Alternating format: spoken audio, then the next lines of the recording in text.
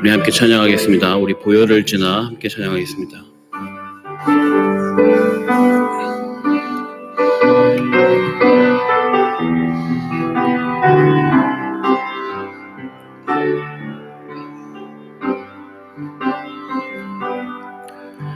보혈이 지나 하나님 품으로 보혈이 지나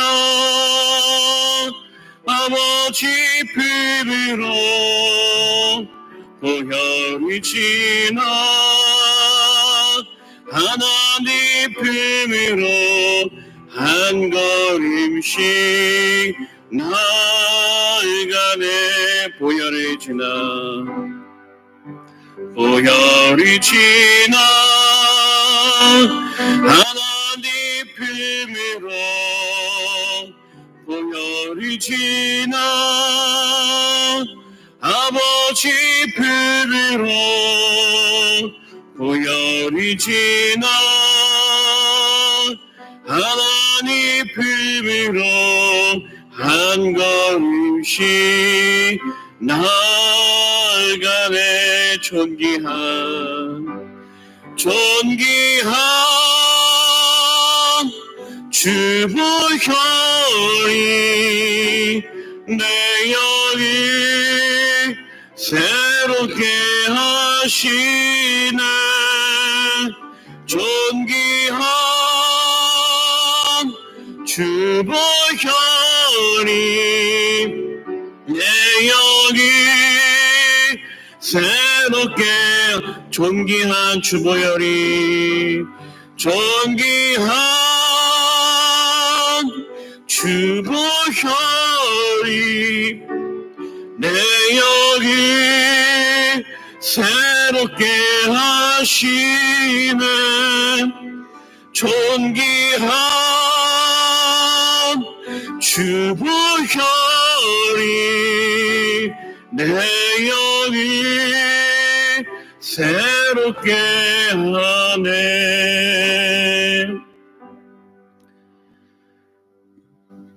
조용한 기도하심으로 수요 예배를 시작하겠습니다.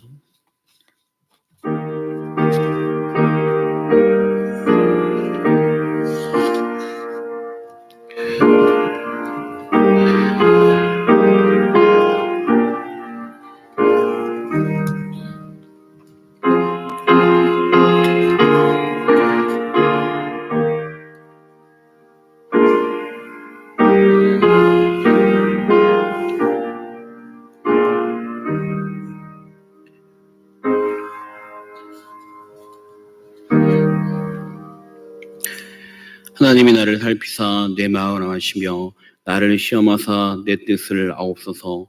내게 무슨 악한 행위가 있나 보시고 나를 영원한 길로 인도하소서. 아멘. 찬송가 527장을 찬양하시겠습니다.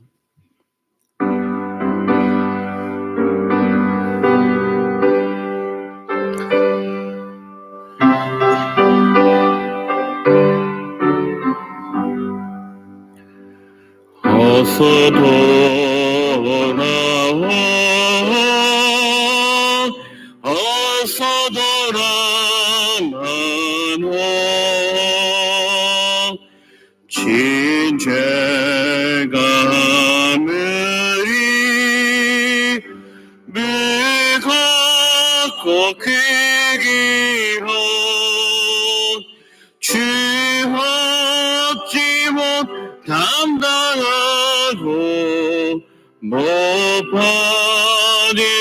받으시리요. 우리 주의 넓은 가슴은 하늘보다 넓고 넓어. 어서 돌아오, 어서 돌아오노.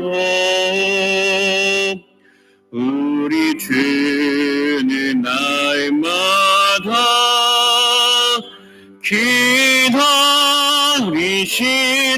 기다리신다오. 밤마다 문 열어놓고 마음 졸이시며 나간 자식 돌아오기만 밤새 기다리신다오. 어서 돌아오,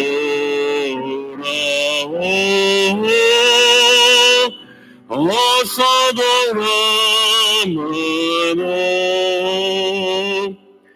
채찍 맞아 아파도 주님의 손이고 때리시고 허리 만져 위로해 주시는 우리 주의 넓은 품으로 어서 돌아오소서. 아멘. 오늘의 말씀은 에스라 9장 1절부터 6절까지의 말씀입니다.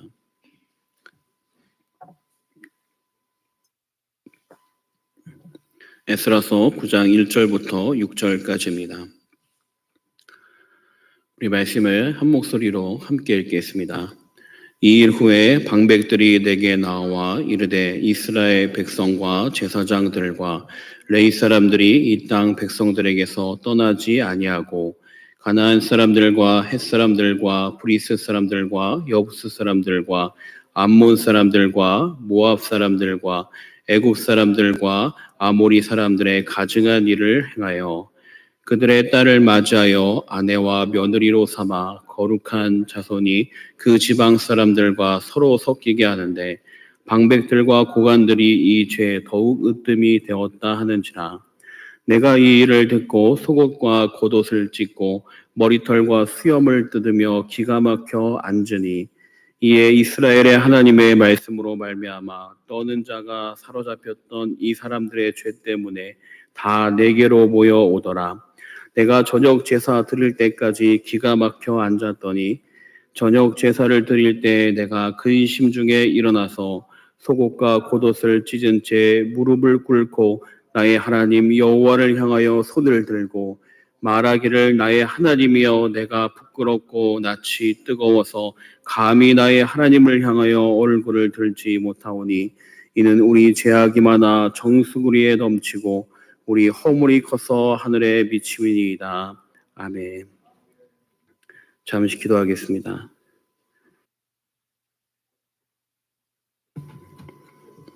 하나님 아버지, 이 시간 말씀을 허락하여 주심을 감사합니다. 오늘도 이 말씀을 통해 하나님이 원하시는 길을 걸어갈 수 있도록 인도하여 주시옵소서. 우리들은 연약하고 부족하여 넘어질 때가 너무나 많고 잘못된 길을 가면서도 잘된 길인 양 교만할 때가 많습니다. 하나님, 이 시간도 하나님만 말씀하여 주시고 온전히 하나님의 길을 따라 걸어가는 겸손한 삶이 될 수 있도록 우리들을 인도하여 주시옵소서. 우리 사랑하신 예수님의 이름으로 기도합니다. 아멘. 네, 졸업을 앞둔 어떤 학생이 목사님을 찾아와서 상담을 요청했습니다. 그 사람의 문제는 이것이었습니다. 졸업이 이제 코앞인데 앞으로 무엇을 해야 할지 어떻게 해야 할지 삶의 의욕도 없고 목표도 없고 답답하다는 내용이 그분의 고민이었습니다. 그 말을 들은 목사님이 이렇게 얘기했습니다. 이렇게 한번 생각해 봅시다. 만약 그대로 인생이 흘러가서 지금의 나이가 아니라 40이 되었다고 생각해 봅시다. 지금처럼 무기력한 모습은 그대로 이어져서 마땅한 직업도 없고 비전도 없이 그저 살아만 가고 있다가 갑자기 하나님이 나타나셔서 자네를 20년 전으로 돌려준다고 하면 기분이 어떻겠습니까? 다시 돌아가겠습니까? 그러자 청년이 이렇게 얘기했습니다. 물론이죠. 당장 돌아가서 인생을 열심히 살 것 같습니다. 그래요. 지금 생각을 미래에서 돌아온 그 시점이라 생각하고 열심히 사면 다시 힘이 나지 않겠습니까? 이런 청년은 목사님의 가르침 때문에 현재의 소중함을 깨닫고 자신의 삶을 찾아고 그 삶의 열정을 다하려고 노력을 하기 시작했습니다. 여러분, 늦었다고 생각할 때 어떻게 보면 현재가 가장 빠르다는 명언처럼 시간은 흘러가고 있습니다. 그 흘러가는 시간을 헛되이 보낸다면 현재 있는 모습을 그대로 미래에 맞이하게 될 겁니다. 그러나 현재 이 순간, 나이가 들은 순간이라 할지라도 시간이 흘러간 순간이라 할지라도 그 순간에 최선을 다해 살아간다면 그 다음의 삶은 이전에 맞이했던 삶과는 완전히 다른 사람을 맞이하게 될 겁니다. 그러므로 여러분, 현재는 참 중요합니다. 지금까지 살아온 인생이 현재를 나타낸다면 지금부터 하나님 앞에 열심을 다해 살아간다면 우리가 10년 후에 맞이할 삶, 20년 후에 맞이할 삶은 또 다른 삶으로 찾아올 수 있다는 겁니다. 그러므로 미래가 여러분 앞에 후회되고 절망스러운 미래가 아니라 오늘 하루 살아갈 때 말씀을 붙들고 소망을 붙들고 살아가서 하나님 앞에 감사할 수 있는 미래가 쌓여지기를 원합니다. 여러분, 오늘 하루 살아갈 때도 이 24시간 하루 또다시 지금 절반 이상 흘러갔습니다. 그리고 또다시 내일 또 하루가 찾아올 겁니다. 그 하루를 맞이할 때 하나님 시간을 주심을 감사하고 그 하루를 최선을 다해 말씀을 가지고 살아갈 수 있는 귀한 성도님들이 되길 원합니다. 에스라는 4개월의 여정을 통하여 예루살렘에 도착하였습니다. 그 여정 속에 여러분과 말씀을 나눴듯이 수많은 대적들을 만났고 또한 숨겨져 있던 매복한 적들을 만남으로 그는 많은 고생을 할 수 있었지만 그럼에도 불구하고 하나님의 손으로 도와주셔서 그가 이 4개월의 여정을 은혜롭게 마칠 수 있게 되었습니다. 여러분, 우리들도 마찬가지일 겁니다. 힘들고 어려운 순간들을 겪어올 때 하나님의 은혜를 통해 살아온다면 평탄했던 삶보다 그 힘들었던 삶이 더 감사하고 더 기쁨의 삶으로 남게 될 겁니다.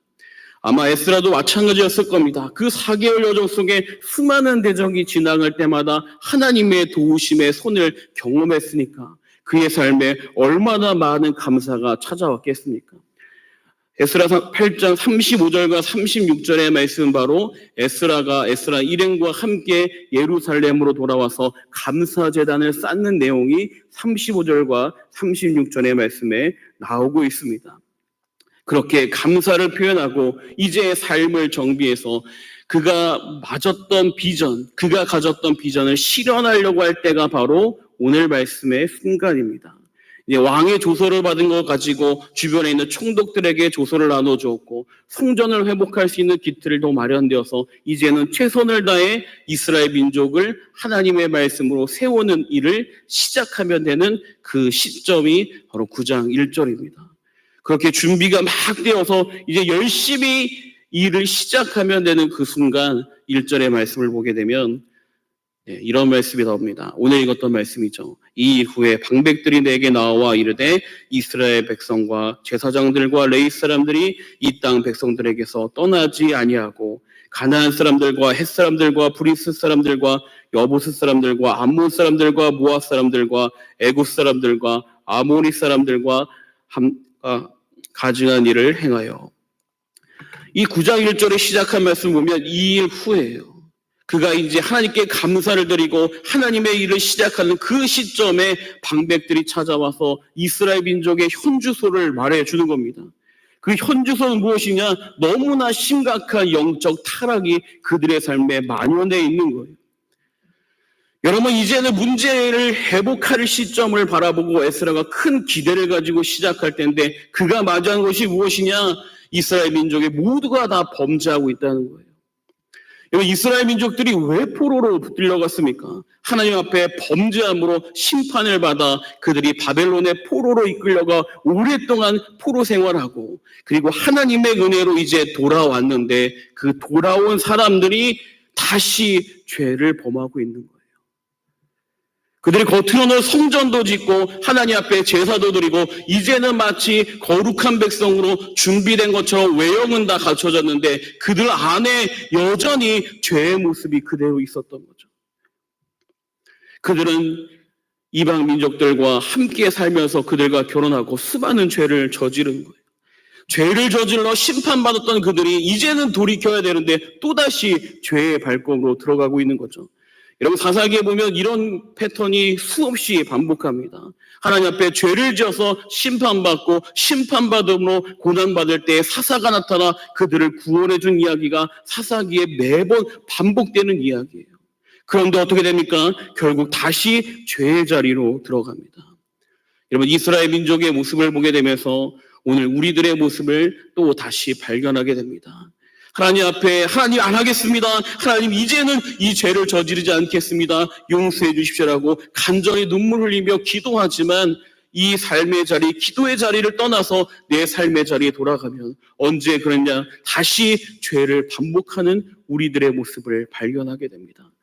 하나님이 싫어하시지, 하나님이 내 이 모습을 싫어하시지, 하나님이 이 길로 걸어가면 원하지 않으시지, 그렇게 내 마음속에 끊임없이 하나님이 가르쳐 주시는데 다시금 죄의 자리로 또다시 들어가는 우리들의 모습을 발견하게 되는 것입니다. 여러분, 죄의 자리를 떠나야 합니다. 죄의 자리를 떠나야 변화의 역사가 있습니다. 죄의 자리를 다시 돌아가고 다시 돌아가면 여전히 제자리에 있을 뿐이에요. 앞으로 나아갈 수가 없습니다. 이스라엘 민족의 구약 성경의 수많은 역사의 반복은 무엇이냐? 하나님 앞에 죄져서 심판받고 하나님 앞에 죄져서 심판받고 구원받고 계속 반복만 하는 거예요. 여러분의 인생은 이런 반복의 역사가 끊어지는 그런 삶이 되기 원합니다. 여러분, 이전의 삶, 이전의 죄의 모습은 끊어지고 이제는 다시 하나님 앞에 거룩한 백성으로 세워질 수 있는 귀한 성도님들이 되기를 원합니다. 이스라엘 민족의 소식을 들은 에스라는 충격을 받을 수밖에 없었습니다. 여러분, 실로 충격적인 것은 무엇이냐면 일부 백성들이 죄를 지은 것이 아니라 오늘 말씀에 나온 것처럼 백성과 제사장들과 레위 사람들과 모두 가나안 민족과 혼인을 했다라고 말씀에 나옵니다. 게다가 2절의 말씀 보게 되면 그들의 딸을 맞아 아내와 며느리로 삼아 거룩한 자손이 그 지방 사람들과 서로 섞이게 하는데 방백들과 고관들이 이 죄에 더욱 으뜸이 되었다 하는지라. 다시 말해 지도자들이 그 죄에 앞장서서 죄를 지었다는 거예요.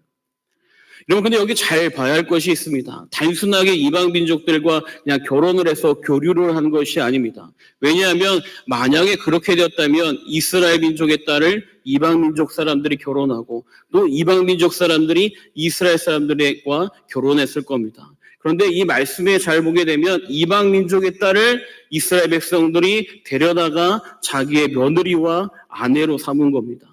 그들이 가나안 땅에 정착했을 때 주변 민족들이 우리와 화친하자, 우리 딸을 데려가 며느리로 삼아라, 딸로 삼아라, 그렇게 했다면 서로 통혼했을 텐데 이 말씀을 주석을 보게 되면 이스라엘 민족이 주도적으로 죄를 저질렀다는 거예요.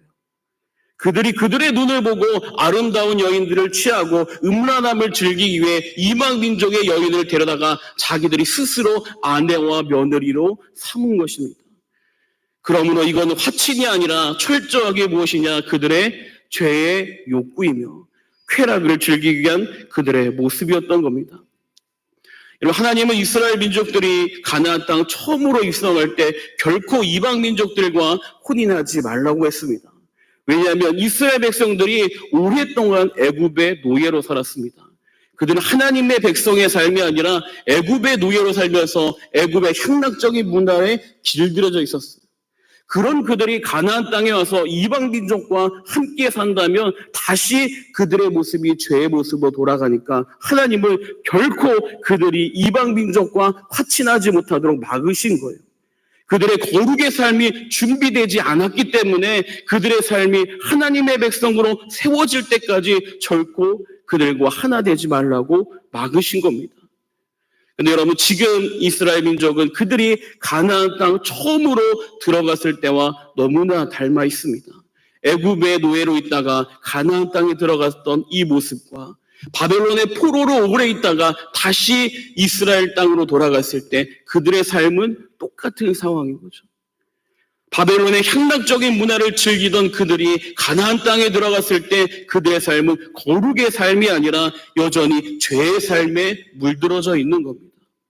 그들이 처음엔 우리 성전 세우자, 예배 세우자 그렇게 했지만 그들의 삶의 문화가 죄에 물들어져 있으니까 조금만 은혜가 사라지며 바로 죄의 본성이 나오게 되는 겁니다. 여러분, 그러므로 우리는 죄는 작은 것이라도 버려야 되고 작은 것이라도 반복해서 짓지 않으려고 노력을 해야 됩니다. 이 죄가 내 안에 길들여져 오고 이 죄가 마치 나의 습관처럼 들어오게 되면 그 죄가 나를 주장하게 되기 때문에 그렇습니다. 여러분, 이스라엘 민족들은 그렇게 죄 속에 들어갔습니다. 여러분들은 어떤 모습이 있습니까? 여러분, 혹시 여러분도 알고 있는 죄지만 습관적으로 반복적으로 짓고 있는 죄가 있지 않습니까? 여러분, 그렇다면 버려야 합니다. 그것을 버려야 합니다. 버려야 하면 거룩의 삶이, 하나님의 백성의 삶이 시작될 수 있습니다. 여러분, 중국 춘초전국 시대에 복부제라는 사람이 있었습니다. 이 선부라는 마을의 원님이었는데 이 사람이 참 덕으로 다스리는 것으로 유명했습니다. 그런데 어느 날 이분이 있는 이 마을에 제나라 군사들이 쳐들어온다는 소식이 들린 겁니다. 그러자 그때 하필 추석이었기 때문에 많은 곡식들이 열매를 맺을 때였습니다. 그래서 백성들이 와서 이렇게 얘기하는 겁니다. 이 복부제라는 원님에게 지금 저 곡식을 납두면 제나라 군대가 쳐들어와서 그 곡식을 가져다가 군량미로 삼으니까 밭의 경계에 상관없이 거둘 수 있는 모든 곡식은 거둡시다. 그래야지만 저 사람들이 우리 곡식을 가져다가 군량미로 삼지 않을 겁니다. 많은 토지를 갖고 있는 사람은 다 거둘 수가 없잖아요. 그러니까 누구 땅 상관없이 거두자는 거예요. 그런데 이 복부제는 사람은 이렇게 얘기했습니다. 안 됩니다. 그렇게 해서는 안 됩니다. 그냥 두십시오. 그리고 성문을 걸어 잠궜습니다. 실제로 제나라 군대가 와서 그들의 곡식을 약탈해가는 일이 생겼습니다. 이 모습을 보고 그동안 이 복부제라는 사람을 존경하던 백성들은 화가 나기 시작한 거예요. 차라리 우리 식량기로 삼게 놔두지 왜 그거를 못하게 해서 저렇게 적군들이 군량미로 삼게 만드나. 이것을 임금에게 고하게 됐습니다. 이 원님이 잘못해서 적군을 도왔다.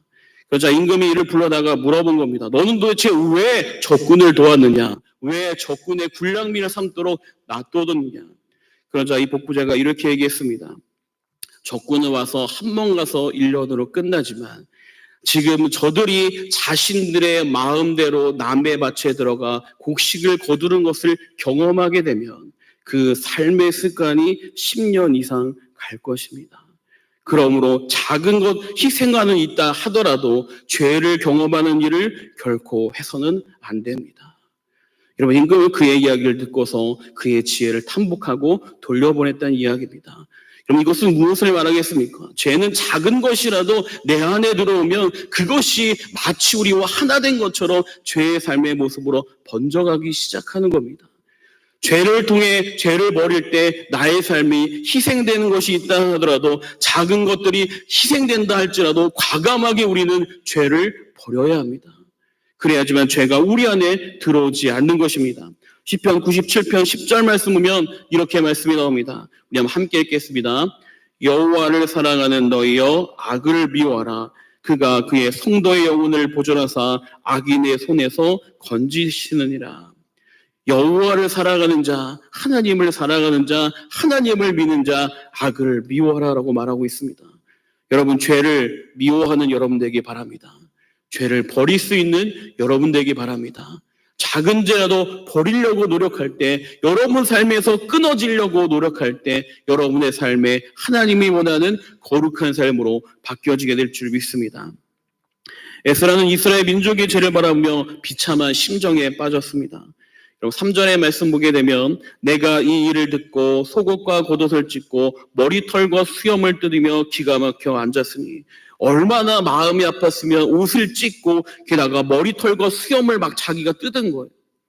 그리고 이스라엘 민족에게 있어서 이 머리털과 수염이라고 하는 것은 자신들의 명예를 나타냅니다. 그러므로 누군가 와서 내 머리털이나 수염을 해하게 되면 엄청난 치욕으로 여기는 거예요.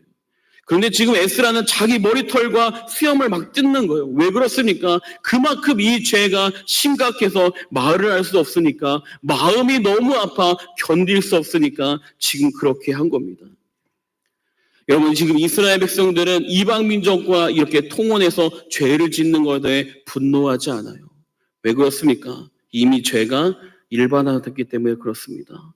이 죄를 보고 누가 분노하느냐? 말씀에 서 있는 에스라가 분노하는 겁니다. 말씀에 서 있지 않으면 죄를 지어도 죄를 보고 분노하지 않는 거예요. 이미 죄가 반복해져 있으니까, 이 죄가 나를 잠식하고 있으니까 죄를 보고도, 죄의 이야기를 들어도 별로 분노하지 않아요. 그런데 에스라는 그 말씀, 그 이야기를 듣자마자 분노해서 몸둘 바를 두지 못하는 거예요. 왜 그렇습니까? 그의 마음 안에 말씀이 가득 차 있으니까. 그 말씀이 죄를 견딜 수가 없는 거예요. 그런데 우리는 왜 죄를 보고 분노하지 않느냐? 내 안에 말씀이 차 있는 게 아니라 내 안에 죄의 속성이 차 있다 보니까 죄를 보고도 분노하지 않는 겁니다. 여러분, 에스라만이 아니었습니다. 4절의 말씀 보게 되면, 우리 말씀을 한번 같이 읽어보겠습니다. 이에 이스라엘 하나님의 말씀으로 말미암아 떠는 자가 사로잡혔던 이 사람들의 죄 때문에 다 내게로 모여오더라. 내가 저녁 제사 드릴 때까지 기가 막혀 앉았더니. 에스라만이 아니라 말씀을 들었던 사람들, 말씀이 있는 사람들은 그 죄 짓는 사람들로 인하여 몸을 떨며 에스라에 같이 나왔다는 거예요. 말씀을 들으면 죄 때문에 가만히 있을 수가 없는 거예요. 내 죄가 보이고 저 사람의 죄가 보이니까 가슴이 아파서 할 수가 없는 거예요.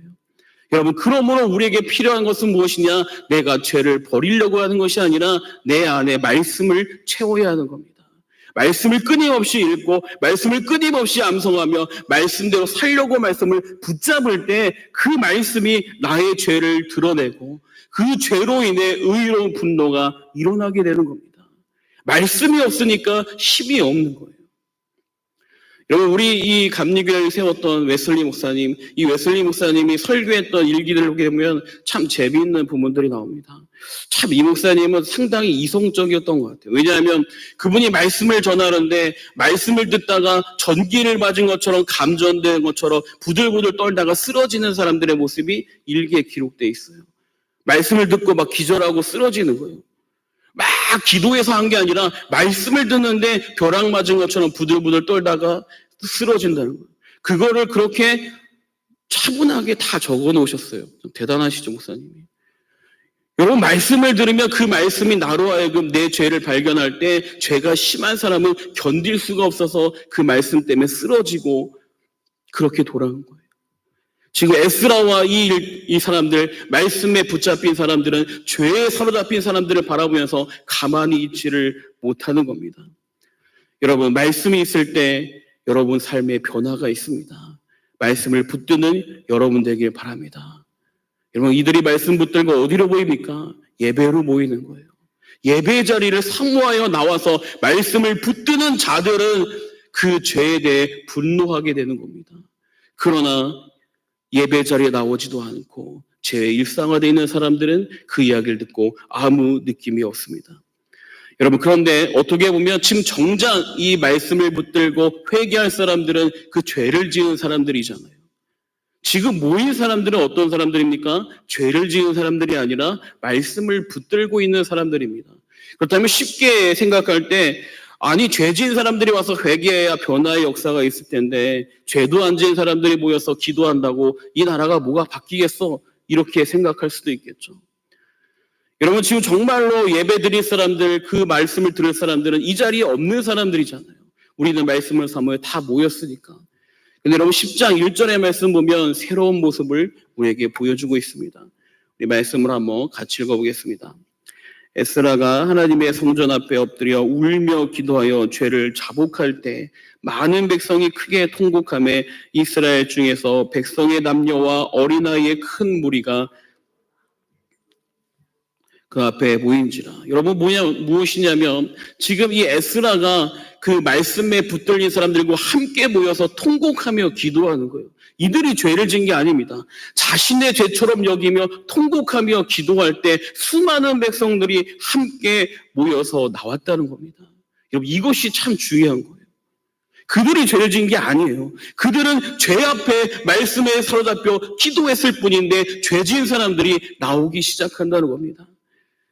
여러분, 정말로 우리가 우리 성산교회를 위해 기도할 때 정말로 어떻게 보면 예배 나올 사람들은 현재 예배 나오지 않는 사람들이죠. 그러나 중요한 것은 무엇이냐? 우리가 교회를 위해 말씀을 붙들고 여기서 간절히 기도하면 정말로 와야 될 사람들이 앞으로 나오기 시작한다는 겁니다.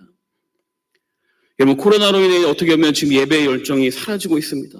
그럼에도 불구하고 이 자리에 나온 여러분들은 열정이 넘치는 분, 신앙이 세워져 있는 분이라 믿습니다.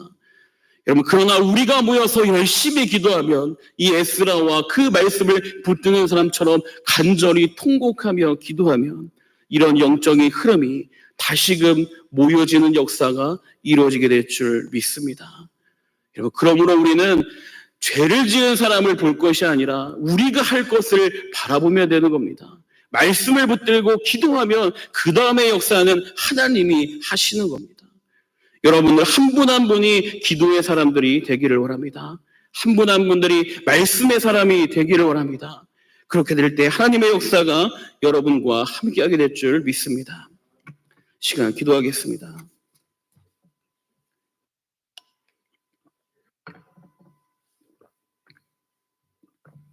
하나님 아버지, 이 시간 이 말씀 앞에 우리들의 모습을 돌아봅니다. 하나님 앞에 계속해서 범죄하는 우리들의 모습, 부끄러운 모습들이 너무나 많습니다. 하나님, 말씀으로 채워지기 원합니다. 말씀으로 가득 차기 원합니다. 우리의 생각이 아니라, 우리의 정욕이 아니라, 우리의 기쁨이 아니라 오직 하나님의 말씀이 채워지기 원합니다. 그 말씀 붙들고 기도할 때 하나님의 역사를 우리의 눈으로 보게 하여 주시옵소서. 하나님 아버지, 이 시간 일천모제에 물들인 손길이 있습니다. 이종희 사모님, 이강전 장로님, 김경희 고사님, 장병희 집사님, 성옥 고사님 예물 드렸습니다. 믿음으로 일천모제의 재단을 쌓은 성도님들마다 주의 손으로 붙잡아 주시고 믿음의 능력으로 함께하여 주시옵소서. 기도의 열매를 맺을 수 있도록, 재단의 열매를 맺을 수 있도록 붙잡아 주시옵소서. 또한 감사의 예물을 드리는 김태정 성도님과 함께해 주셔서 주의 능력으로 붙잡아 주시고 감사가 삶이 되게 하여 주시옵소서. 하나님 아버지, 지금 이 시간 믿음으로 나와 함께 기도하는 우리 성도님들의 손을 붙잡아 주셔서 기도의 능력을 주시고 함께 모여 기도할 때 성산교회가 다시 모여지고 뜨거워지는 교회가 될 수 있도록 모두 사용하여 주시옵소서. 우리 사랑하신 예수님의 이름으로 기도합니다. 아멘. 찬송가 528장 찬양하시겠습니다.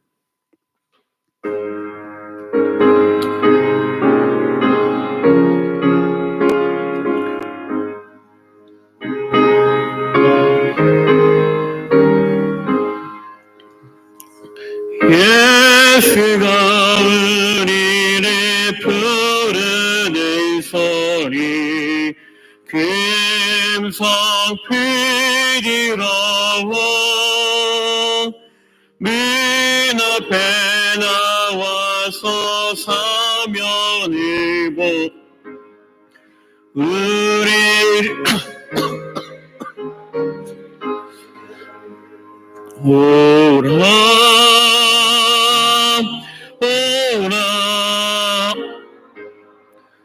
방치 말거라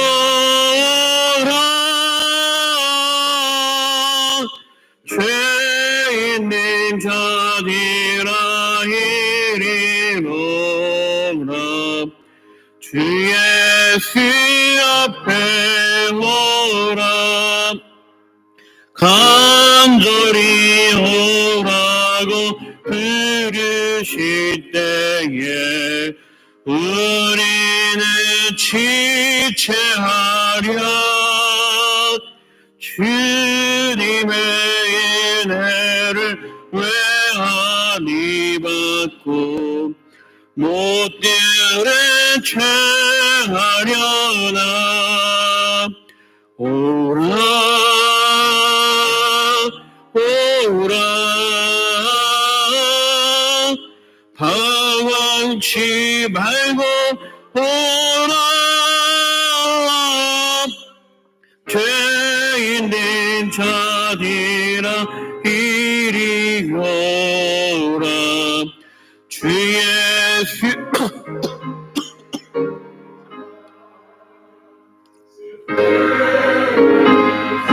같이 빠르게 지나 낙이 끝이 나고 사망의 그늘이 너와 내 앞에 들리며 가리우네 오라 오라 방황치 말고 오라 죄인된 자들아 이리 오라 주 예수 앞에 오라 우리를 위하여 예비해 두신 영원한 집이 있어